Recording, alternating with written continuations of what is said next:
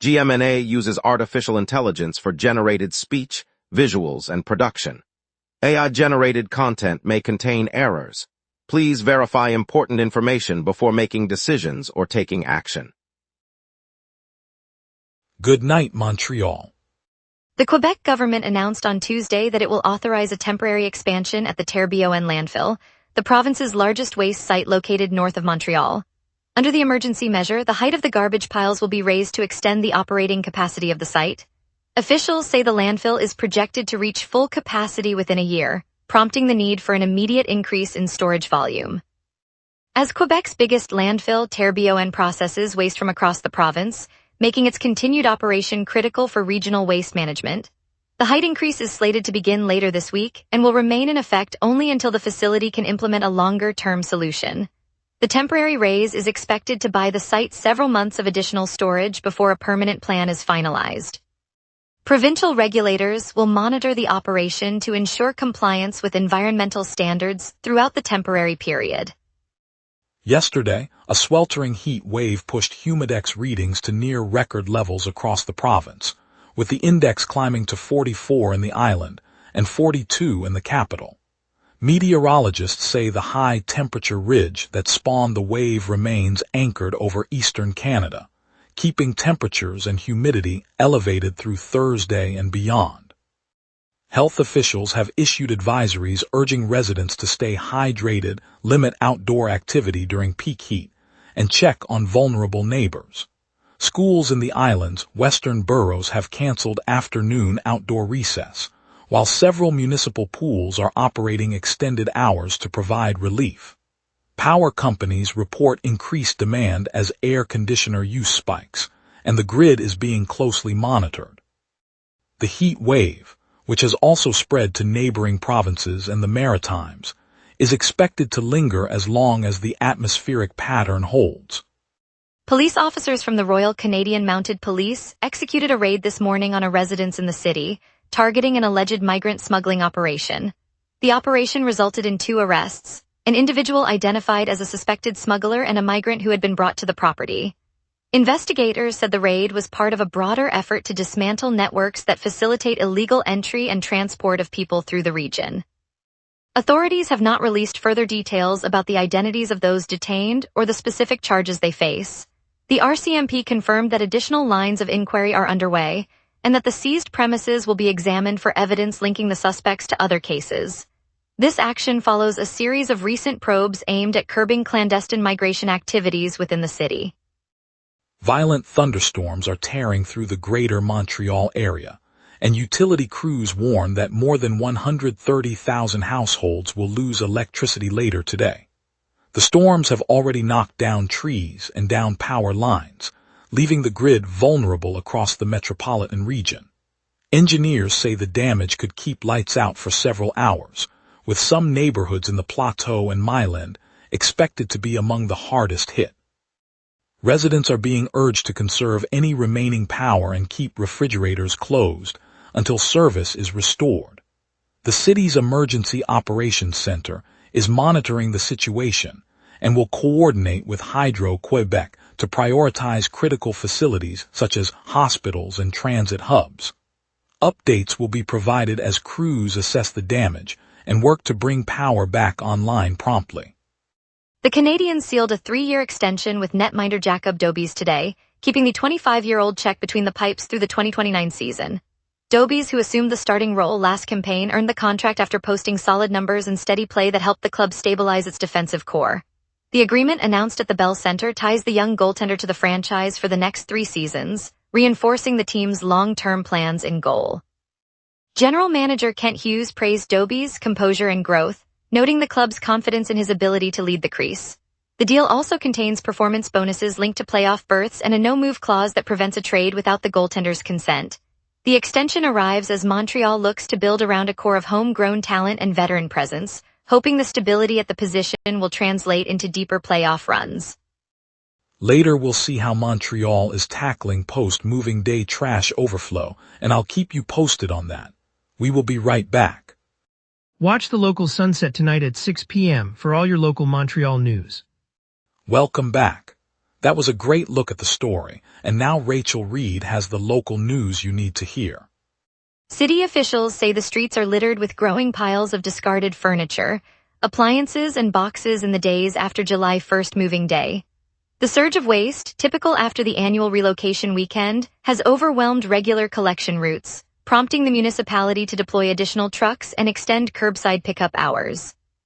Residents are being urged to use designated drop-off sites that have been opened across Montreal, including community centers and recycling depots, where bulky items can be sorted for reuse or proper disposal.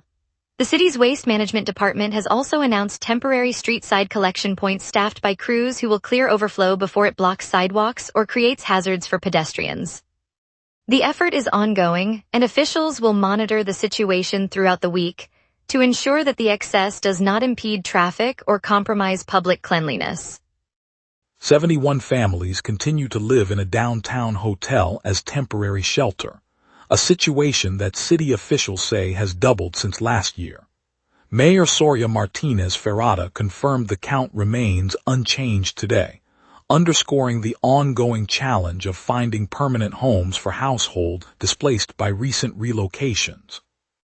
The municipal program places families in hotel rooms while longer-term solutions are pursued, meaning dozens of parents are juggling school schedules, work shifts, and childcare within a hospitality setting. Social services staff are on site to provide assistance, but the lack of stable housing adds pressure to everyday routines. Local schools have adjusted enrollment plans to accommodate children staying in the hotel, while nearby clinics report an uptick in appointments related to stress and health concerns. City leaders acknowledge the strain and say they are monitoring the situation closely, hoping to reduce the number of households still awaiting permanent placement. Tomorrow, Equip Jeunesse will launch a citywide clothing drive that runs through July 4th, inviting residents to drop off garments and essential supplies for youth and others in precarious situations. Organizers say the collection will support local charities that anticipate a surge in homelessness as the peak moving season gets underway. Drop-off points will be set up at community centers, schools, and places of worship across Montreal, making it easy for anyone to contribute. Volunteers plan to sort and distribute donations to partner organizations that serve families, students, and people experiencing housing instability. The initiative aims to bolster the safety net before the seasonal influx of displaced residents strains existing services. Participants can expect a well-organized effort with clear signage and guidance provided at each location. The drive will be advertised through local media and social networks, encouraging broader, generous participation. CF Montreal will add Venezuelan midfielder Danny Pereira to its roster today, after his departure from Austin FC. The former MLS Superdraft first overall pick spent 6 seasons with the Austin side, establishing himself as a creative presence in midfield. Club officials said the signing bolsters the squad ahead of the upcoming campaign and offers fans a fresh spark on the pitch. Pereira, who made his mark with precise passing and an eye for goal, joins a roster looking to improve its attacking options.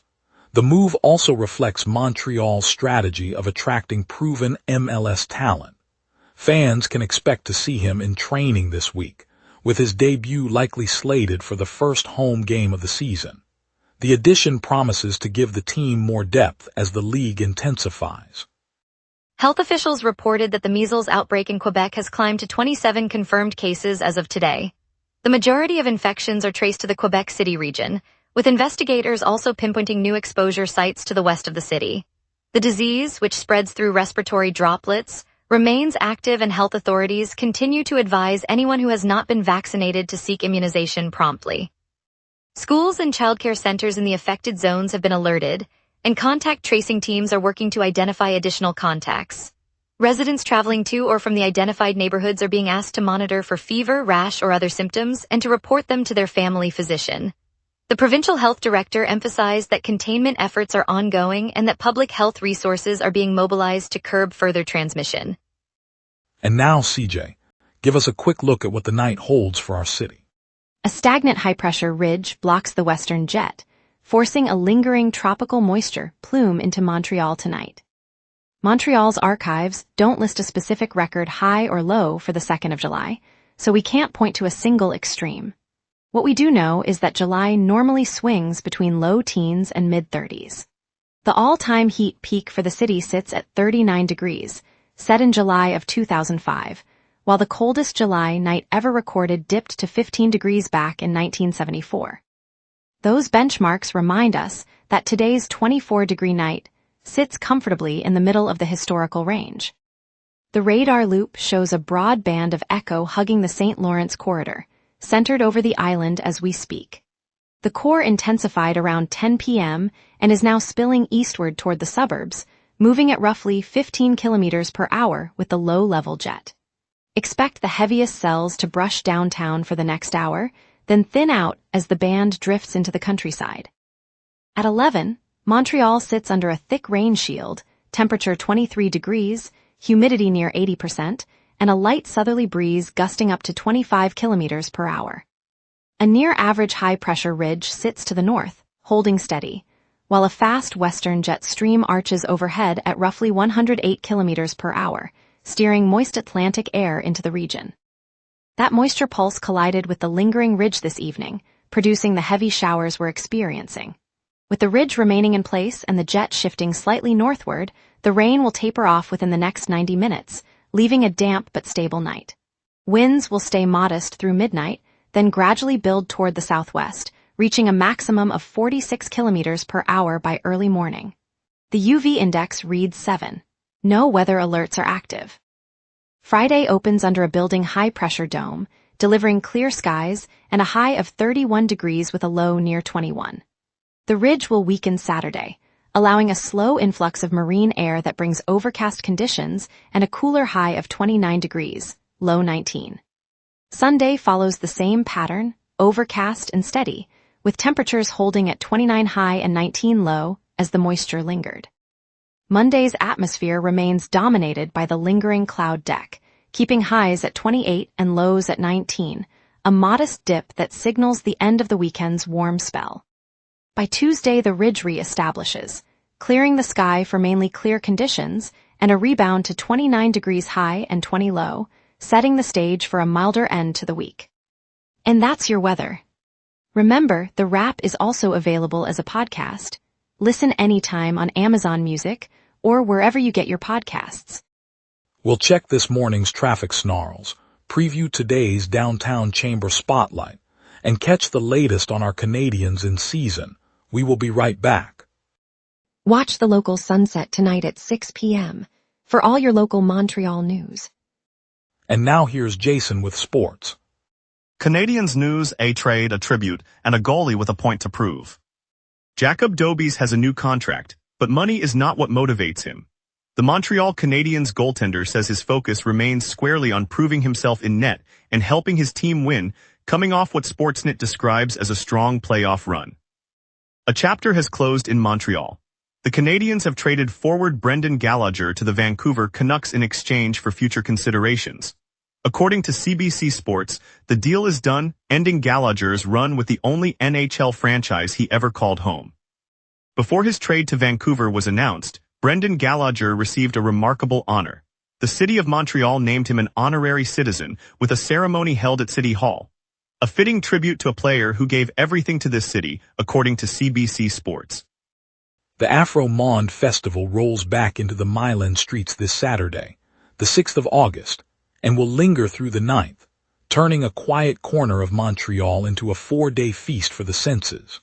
Local chefs from across the province line the cobblestones, their grills puffing clouds of smoked paprika and sweet mango, while young drummers set up beside the cafes, their rhythms echoing off the historic brick facades.